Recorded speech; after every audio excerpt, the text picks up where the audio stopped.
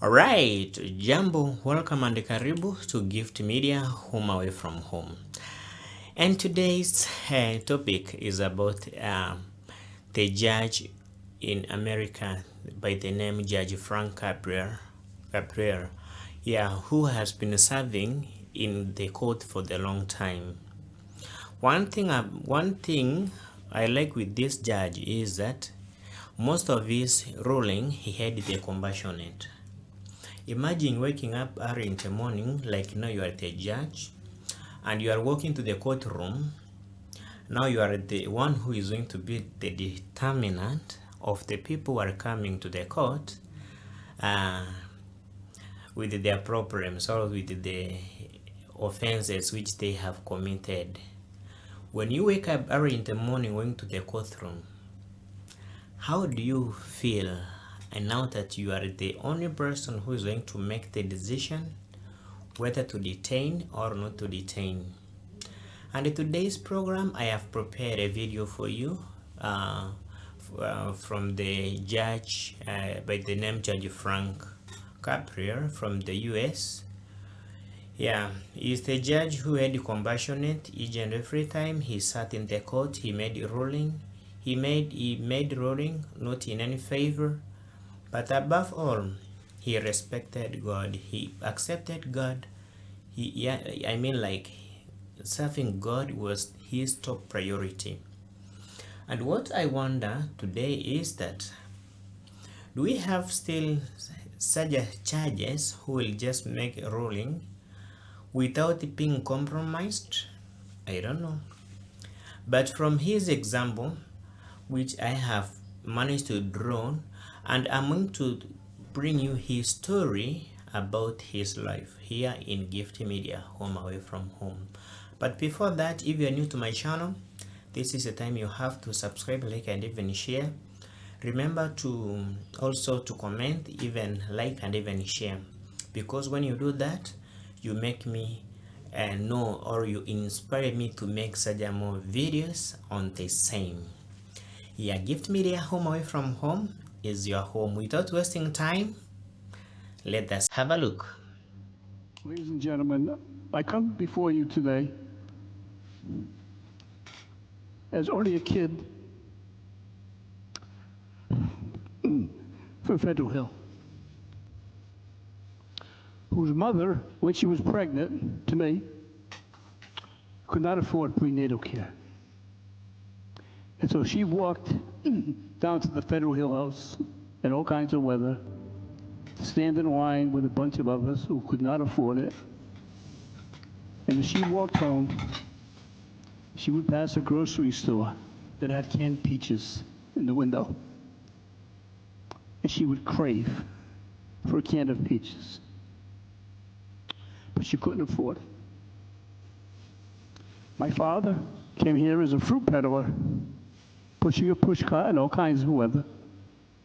During the Depression, worked WPA, and then got his big job. He became a milkman. And my father taught us what it meant to be really strong and really tough. And that was not by knocking someone out or insulting someone or pushing them around or looking down on them or saying no when they needed help. It was by doing the right thing. He showed how tough he was, because when he was sick, he'd get up at 4 o'clock in the morning and he went to work. And when he had the sniffles, he went to work. And when he was very sick, he went to work. And my mother got up at 4 o'clock in the morning and made sure he had breakfast. That's the environment in which I was brought up. And so I say, let us reach out a helping hand to other people. I became a lawyer because when I was 10 years old, in a cold water flat on Federal Hill, next to a pot-belly stove, my father sat me down and put his hand on my shoulder and said, I will never be able to afford to send you to college, but you have to go, and you are going to be a lawyer. But don't ever, ever give up. Don't ever, ever give up. He ignited that flame, and even when times got so tough that I couldn't afford to go, and I had to teach days and drive to Boston at night, I never, ever would let him down, and never, never would put that flame out. And so I say that we can all help. We can all lend a helping hand. It doesn't take any money. Sometimes it takes putting your hand on someone's shoulder. Sometimes it's telling them you care. Just giving them direction, give them advice. Treat them with civility and decency and respect and compassion, which is missing in this world today. And that's how we can make this a better world. And so I come before you today, really, really humbled that I have this opportunity. I really do. I get emotional about it because I still view myself as a skinny kid, freezing in a cold water flat on Federal Hill, going downstairs to get the oil in the winter. And you have bestowed upon me the honor to address you today. I want you to know that's very important to me. I come to you as someone who had 19 aunts and uncles, none of whom attended high school. I come to you today as a humble person, trying to give you advice on what's important in this world. And so, my friends, I think the challenge of our generation is to honor the memory of our forefathers by providing a better life for those who follow us. Our challenge is not to get all that we can, but to give all that we can. We must reach deep within the soul that has moved America, reach for the dreams and values of those who came before us, those who gave so much and took so little. I ask that we think of the homeless, the poor, the downtrodden. Think of the sick, the helpless, the hungry, the less fortunate. Remember the elderly. Remember your parents and your grandparents.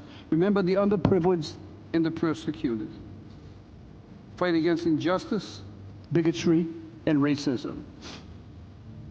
And when the book is closed, because these are our challenges, someday the book is going to be closed on all of us.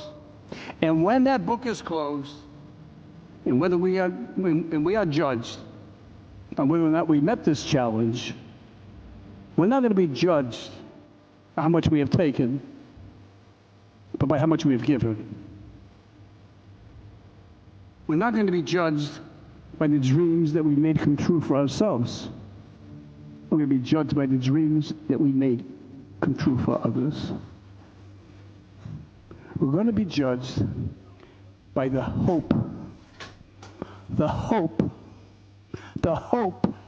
that we inspire in the hopeless, and the difference that we make in the lives that we touch. And that, my friends, is the true spirit of the United States of America, the greatest country in the history of this world. Thank you, and God bless you. Good morning, Your Honor. Andrew, you have 4 different registrations. Naam, Sedakta mpenzi mtazamaji, I think you have heard. This is the short story of our judge, the judge whom I have decided today to bring unto you so that you can know him. If maybe you haven't come across him in the social media, and I will still be bringing more and more of his videos. Like now I'm going to bring you the top 5 videos whereby he had done the judgment. So let's go.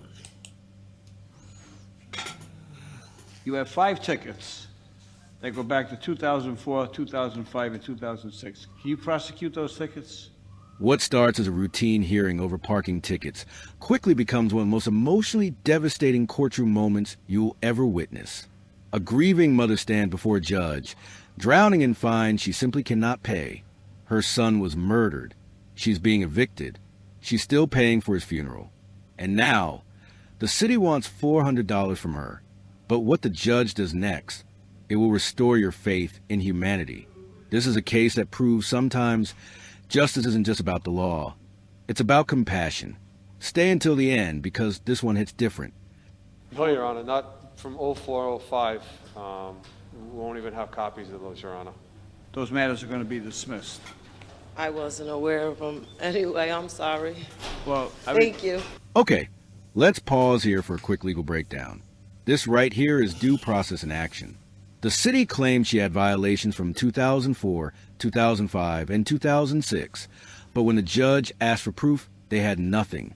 No documentation, no copies, no evidence that she ever received those tickets.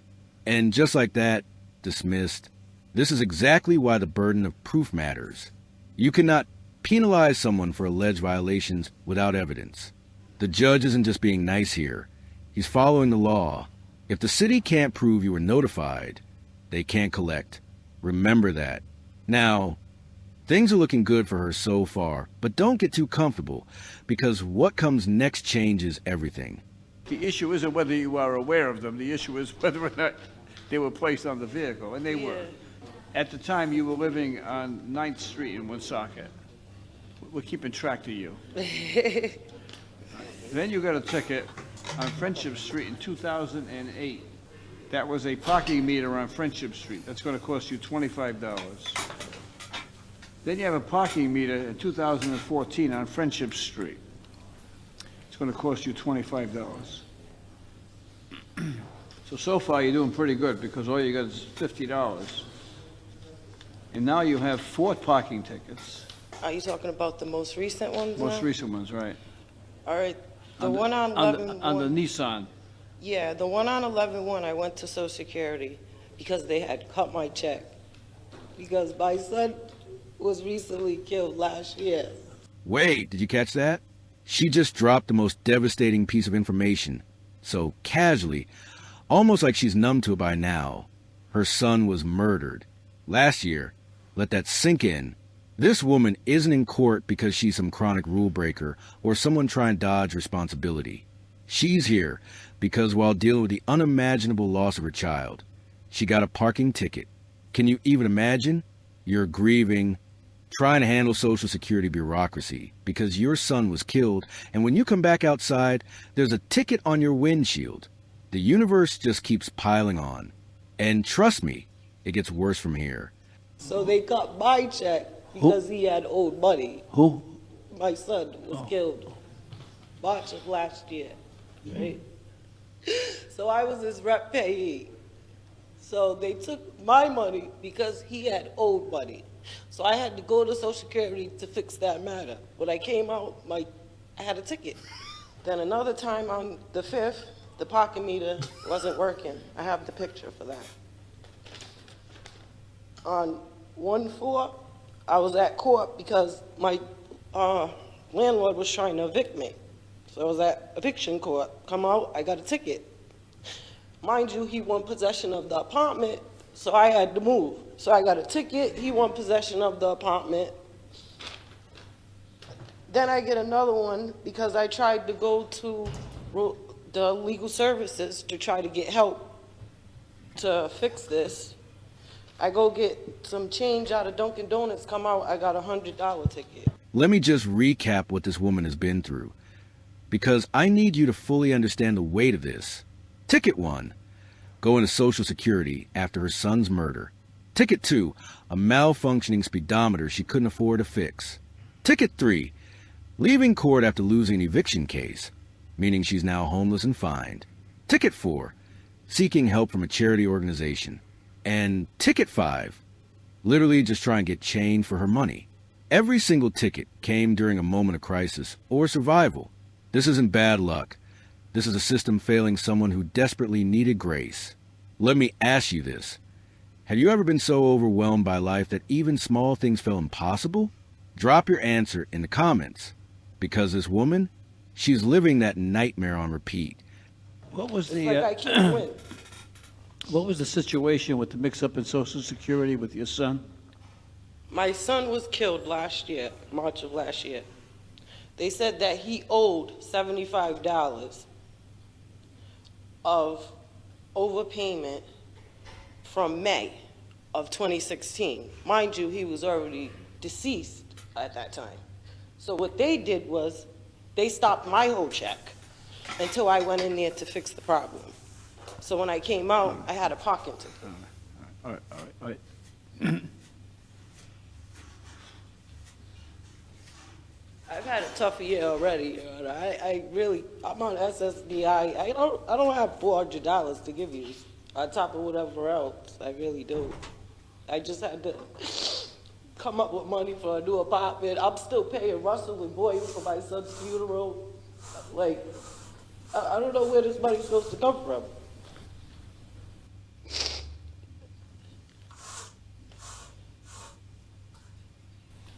I wish I would have got my brother that night and he wouldn't have killed my son. That's why my son's gone. And I'm just really having a tough time, Your Honor. This is the moment everything shifts. You can feel the weight in that courtroom. She's not just asking for leniency.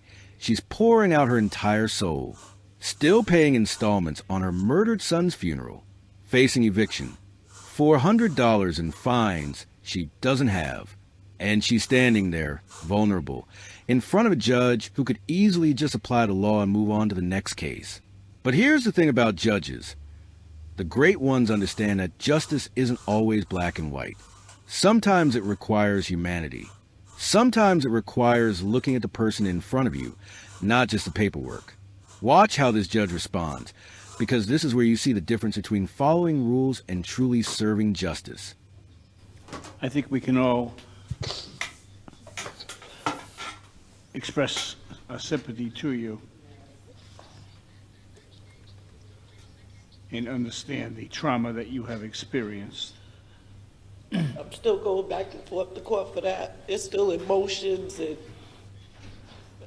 I don't know.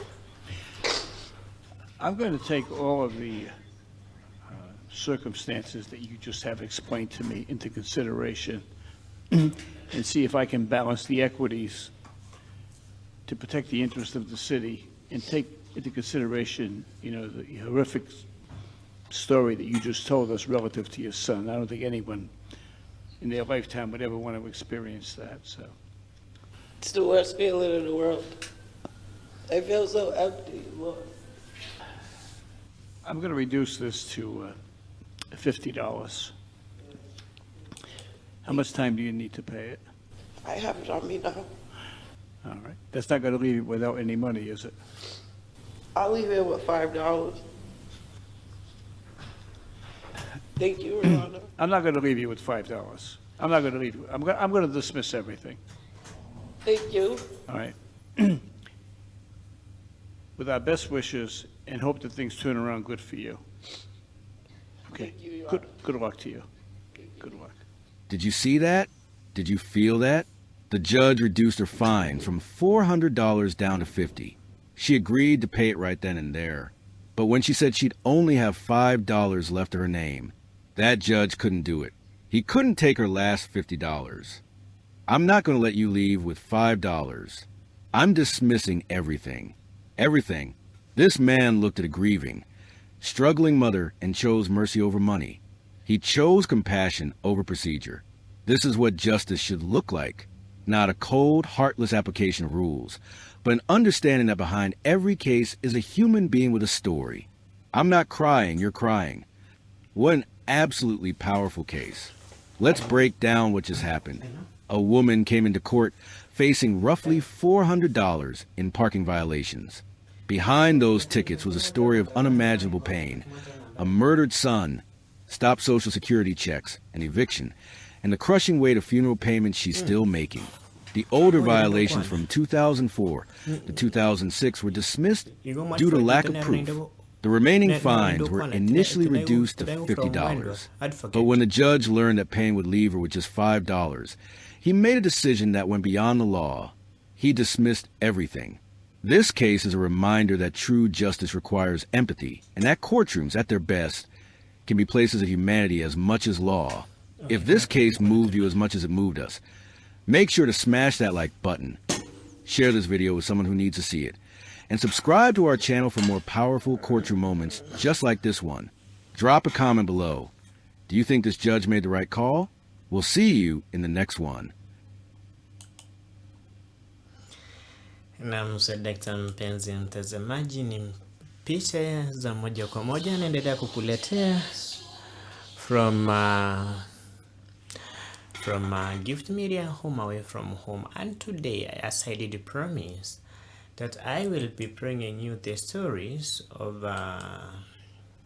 the Judge Frank Caprio, whereby he had done his best to be an example of the judge who is supposed to be imitated. Yeah, people should be recognized in the country. And here is the last video at the moment when he was sick and he was urging the citizens to pray for him. I would ask each of you in your own way to please pray for me.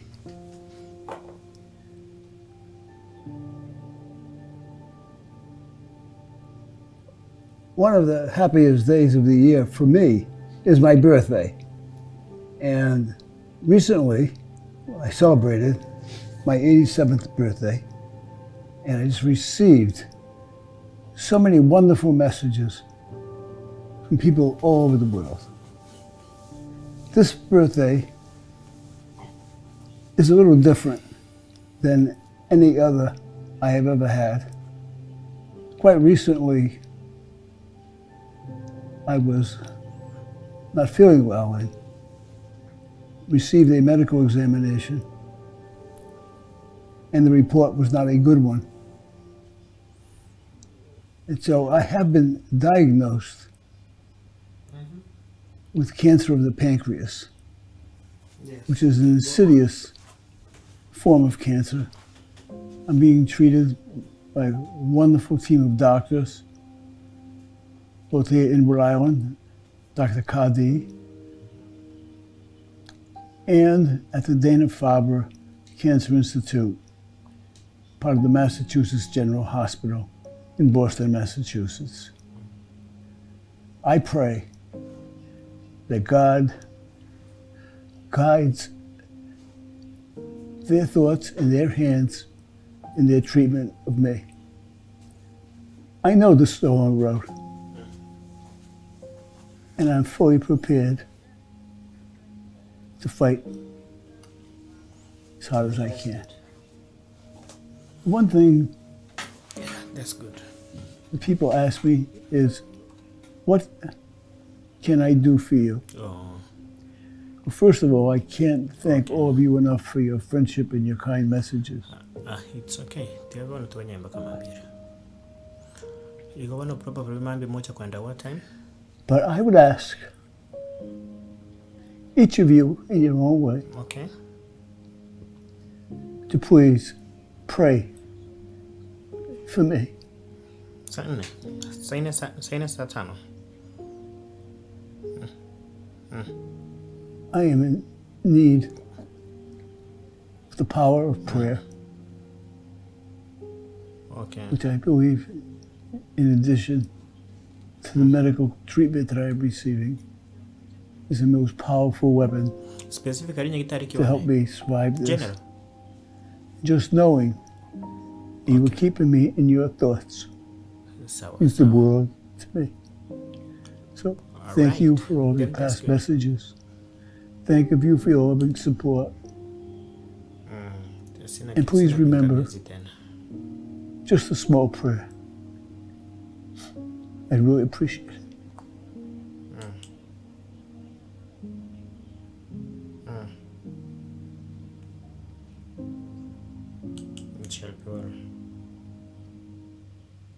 Ladies and gentlemen, I come Okay. before you today